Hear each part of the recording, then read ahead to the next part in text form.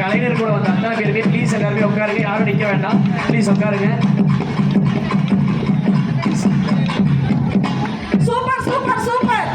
இப்போ நம்மளுடைய காளி தேவியை கண்ணு முன்னாடி காமிச்சிருக்காங்க. அவங்களுக்கு பலமான கைதட்டல்.